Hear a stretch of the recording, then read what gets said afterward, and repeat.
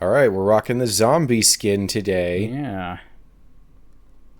And I'm getting Discord notification pings. Yes! I'm going to fix that because that's going to get very annoying. And now it's time for Nekravol Part 2, in Do one of not the most disturb. obvious instances of we had a level that was too big, so we split it in two.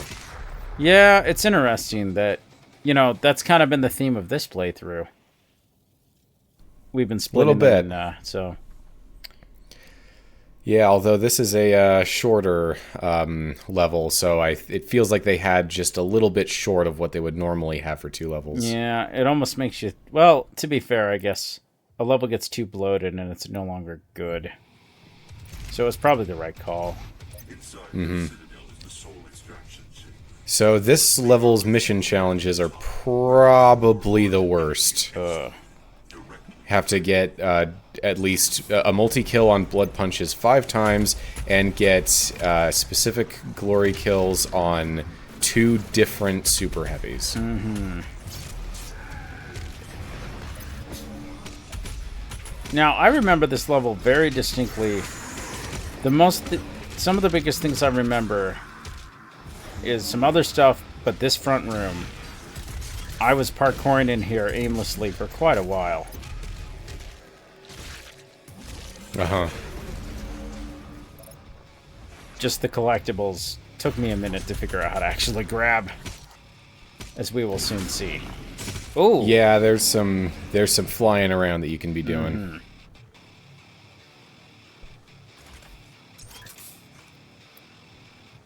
And in fact, we Yeah, see, that's part of the problem. Is I just wasn't terribly I didn't careful. know that was there. But At least not fortunately, for a the while. flames do almost nothing for damage, so don't Yeah. even worry.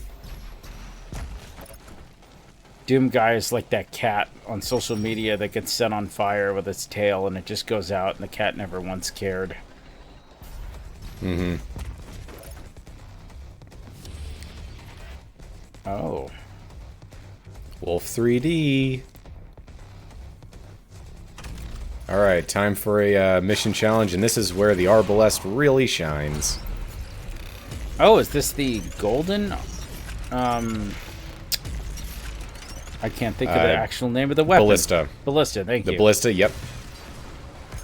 I kept wanting to call the weapon itself the Arbalist.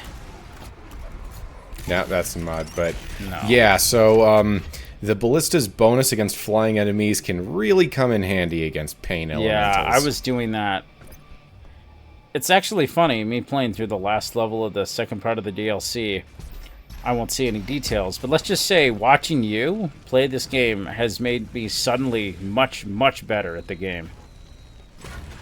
Sometimes that's all you really need is Yeah. just someone else's take on something, and then take the best parts of what they've got. Right, because I was using before I was using the chainsaw, like you might use the BFG as an emergency-only situation. But once I started to use it more liberally, I'm like, well, now I don't have as many emergency situations. This is great. Yeah, it's something that if you play a lot of 2016, you can get stuck in. But once you really get in the habit of, okay, my ammo supplies are going to be low unless I'm constantly using the chainsaw, then things go a lot smoother.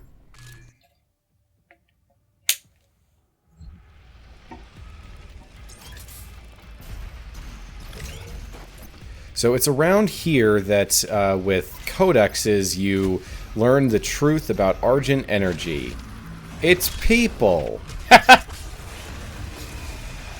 Just like Soylent Green. But Except yeah, the so Soylent Red is more like it.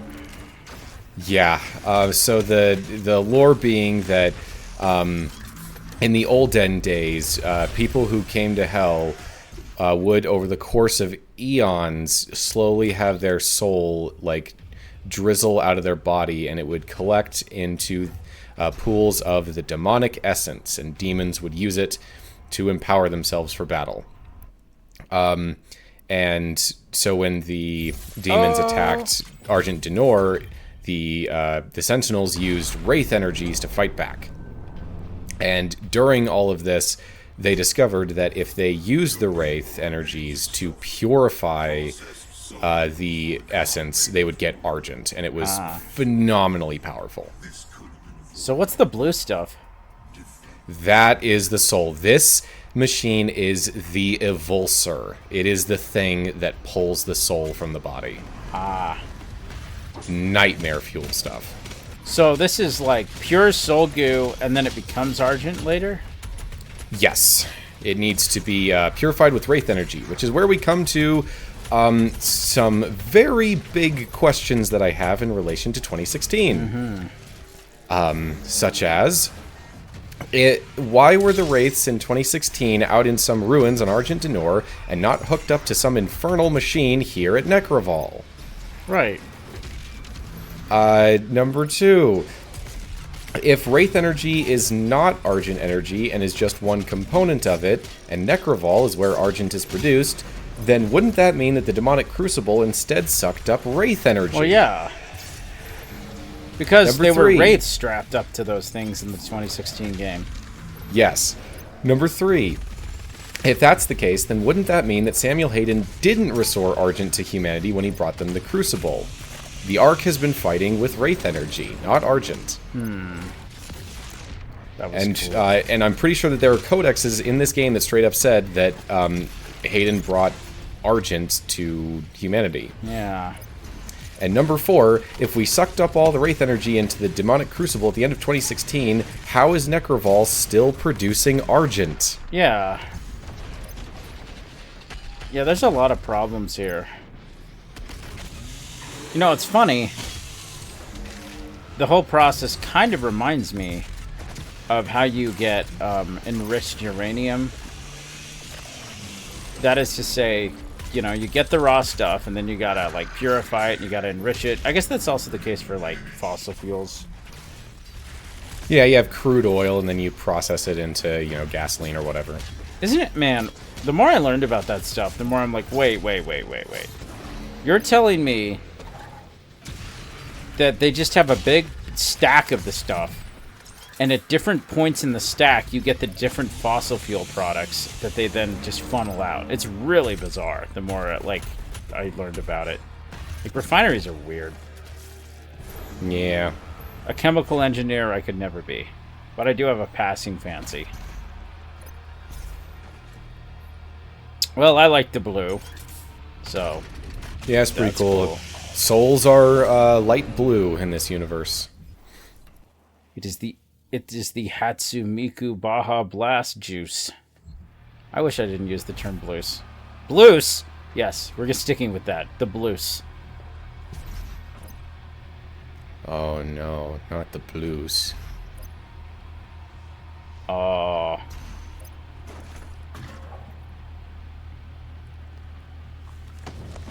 Necravol, yeah. Hey, look, I miss another thing. Yay! Right there. I feel like I got worse about it as time went on. Hey, it's Daisy. Oh, hey, look. Found this one by complete accident. It's girl. But I made sure to get this one. Oh, yeah, so there's QuakeCon mode, and then there's party mode. Okay, I never got party mode. What does it do? Oh. I'm pretty sure it's more like Grunt's birthday party. Once the soul is extracted, the husk of the human body will over time transform into the demons you fight now. The extracted soul, the remaining. So I'm not quite sure what exactly those things under the cloths are. I assume they're the husk of the bodies transforming into demons? That's what I would think, but then I could have also sworn that that was typically something that happened when the body was ejected to the blood swamps. Well, I mean, it made it sound like... So that sounds like it's naturally, like, you know, you wind up in the blood swamps, you become a demon eventually. But in this factory setting, it's like they have a, you know, they're trying to use every part of the demon buffalo here. Like... That is true. I guess, now that I think about it, I guess the eject to the blood swamp thing is just for those who weren't worthy of the process and never made it inside. Now, here's the real question. If there's no soul in that body, and it's just a husk, what are these demons?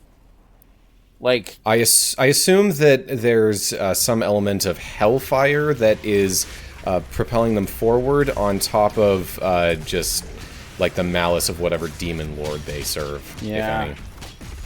But yeah, I guess maybe it's a thing that bodies do naturally have, like locomotion and whatnot. It's just like soul that gives them humanity. Although, maybe that's what it is. Maybe it's the soul is taken out, so what's left is just like it's still the person. They're just the monstrous void of humanity.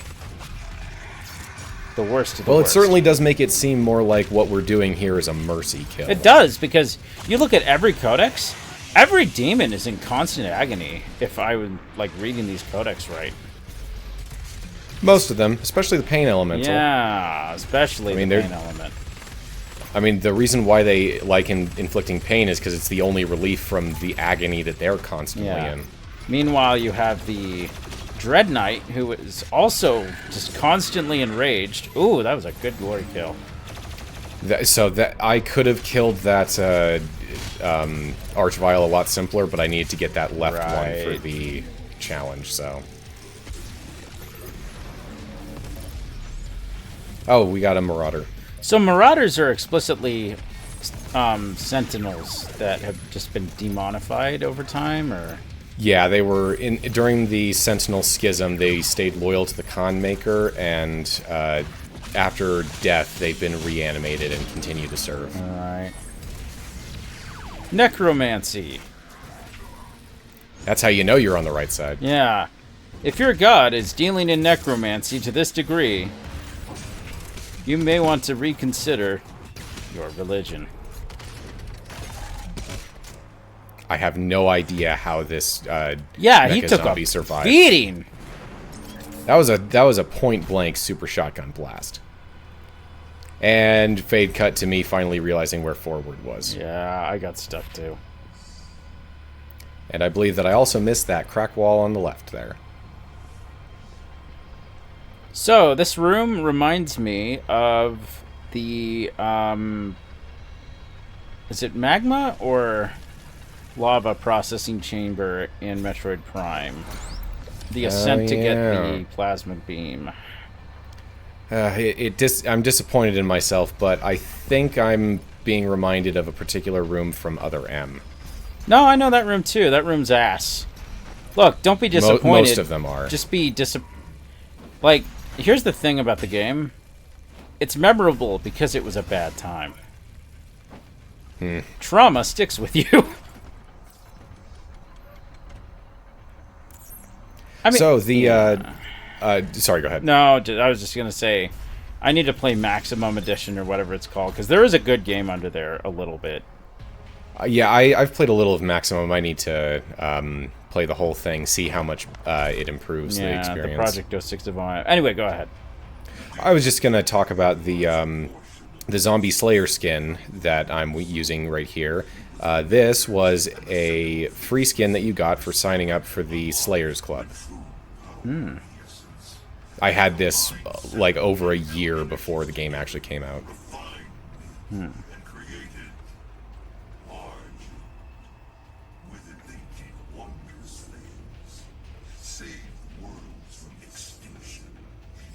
Urdak.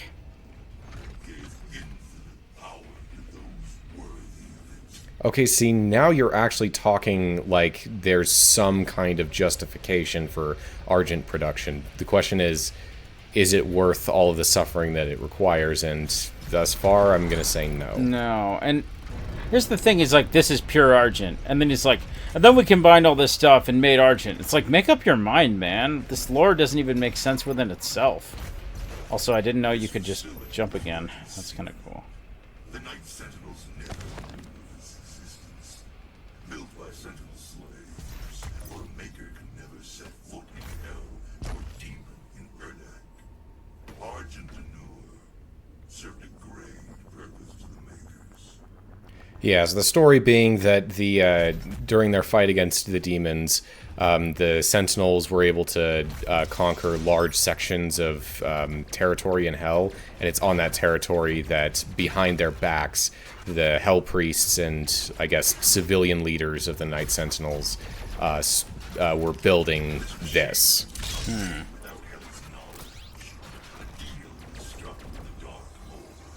This makes no sense. This makes no sense.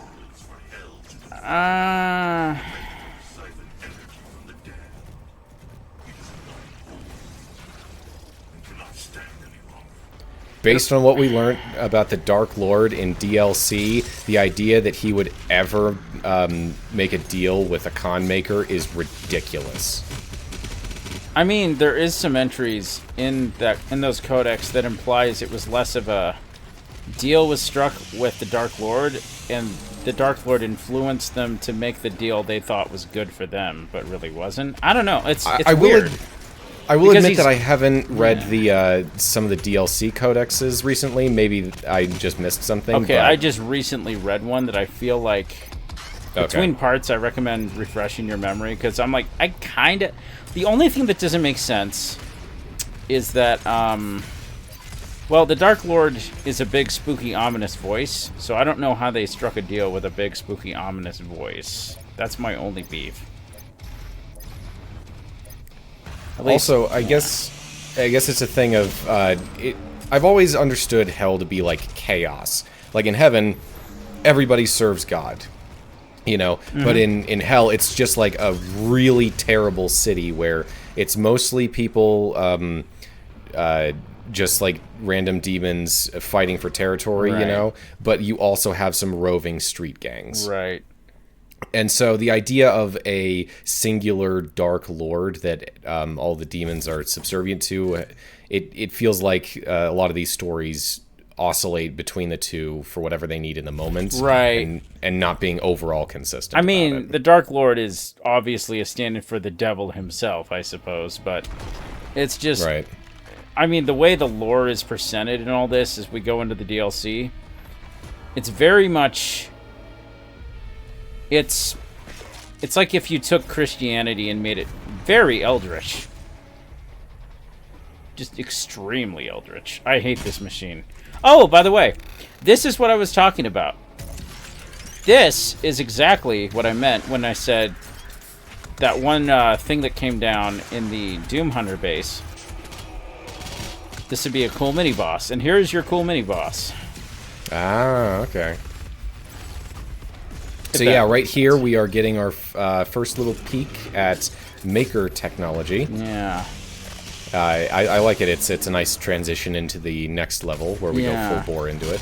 Once again, the parallels between Bayonetta and this game, or these two games, well, this game specifically, is really thin. It's typical modern storytelling trying to come up with their reckoning of heaven and hell, especially making neither one better than the other. Right. But I even mean the aesthetic, like, designs of Urdak are kind of similar to the aesthetics of the angels in a way. White and gold and sort of armory. Yeah. That's, I mean, that was established in the first Bayonetta. Yeah. What's different is that it's also got, like, the red. Yeah, and the red is cool.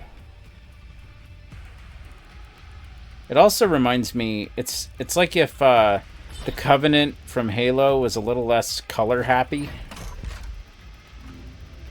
Just a little. If you could destroy it, the unrefined energy should be able to propel you into their world. I will say, out of all of the things in the game, this part actually does make sense.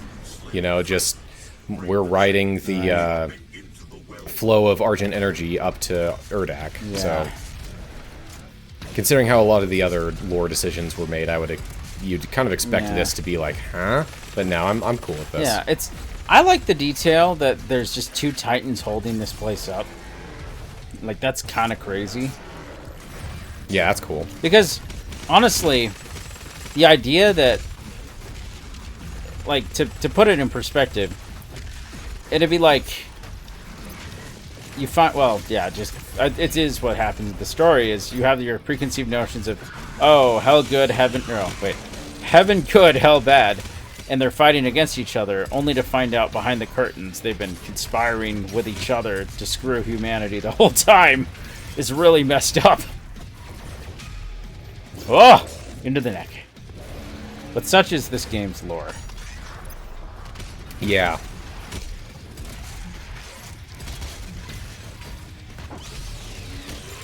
Jump. I'm so full of bombs. Yup.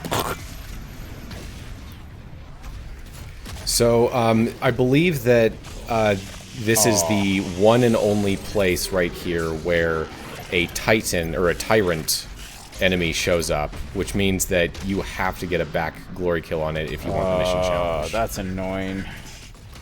Which means that if you mess it up, you just have to reload your checkpoint. I think I either killed myself repeatedly to make that happen, or did that. Speaking of, check out my life counter. Yeah, you're close to Morpheus drinking a 40 in a death basket over here. That's an Eric Andre reference for you kids out there.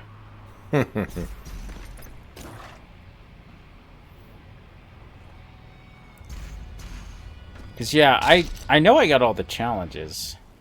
Because I wanted all of the things to 100% these levels for the most part, but... And all the batteries. I might have just gotten lucky with the back kill, because I don't specifically remember having a struggle, other than maybe resetting a bunch. So that BFG... The fact you didn't pick it up... Are you full on BFG ammo right now? I believe so, yeah. I love the detail that they actually bothered to show the Titans just like, oh, gosh. This is going to be a pay cut, isn't it?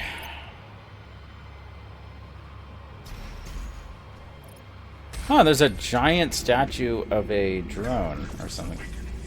Maker drone, yeah. So in the lore, the demons are actually quite happy. They're just fine with the fact that most of the Argent goes to the Con Maker.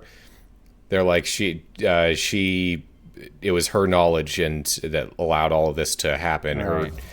It's a fair price. Yeah. But also, the thing is that the Argent that the UAC was siphoning from Hell in 2016 is logically just like whatever is left over from what Hell gets. So it was basically a tiny fraction of a tiny fraction. Yeah, as I said at some point in 2016, the leftovers of leftovers. Right. See, when you said that, I didn't get it, but now that I play the game, I get it. Yeah, but it's also like that feels like something they should have covered. Of like, we also hold on to a portion so we can tempt new realms. You know. Yeah, and that makes sense. Although infinite energy is infinite energy, and that's a big claim. Because a fraction of infinity is still infinity, and some infinities are larger than other infinities, so set theory does make it technically feasible. Although that's totally flawless, my handling of that Cybermancubus. Couldn't have done it any better. Hey, you did it better than me. I just tried to awkwardly shoot the BFG shot in there. I mean, it's not a bad idea to cheese the secret encounters with I hate the them. BFG. It's not that I didn't just want this game to be over, but sometimes I just want a level to be done. I mean, when you have the whole game plus DLC, it's a lot. Yeah. I was certainly happy when I was finally done with recording. Like, if I return to this game, I am definitely not 100%ing again. I'm just going to use cheats to get what I want and have a good time. Or mods, rather, I think is the right word. So yeah, I missed a lot of stuff. Yeah, it happens. You know, it's funny. With your Sentinel batteries, I had a mucho dinero amount of batteries that every time I went back to the hub, they're like, hey, spend some batteries. You have like 13. I'm like, nah. Oh, you just didn't use your batteries much? Not a ton till the end, when I was like, all right, I'll use the battery. Just because I got what I wanted pretty fast. Mm-hmm. Because I didn't use skins, other than the one I unlocked. Well, I mean, only 4 of the batteries then would go to skins. Everything else goes to mod bots, crystals, and suit tokens. Right. That is true, but also I took a long time to max out everything. So I was kind of dumb that way. Yeah, kills with the heavy cannon will boost micro missiles by 30% for 5 seconds. And then the mastery is to make it so that you can just fire infinite missiles. Yeah, as long as you have the ammo for them. It's my favorite one in 2016, I think, except siege mode. Because movable siege mode is broken. I feel like most of the time, by the time you get that, you probably have the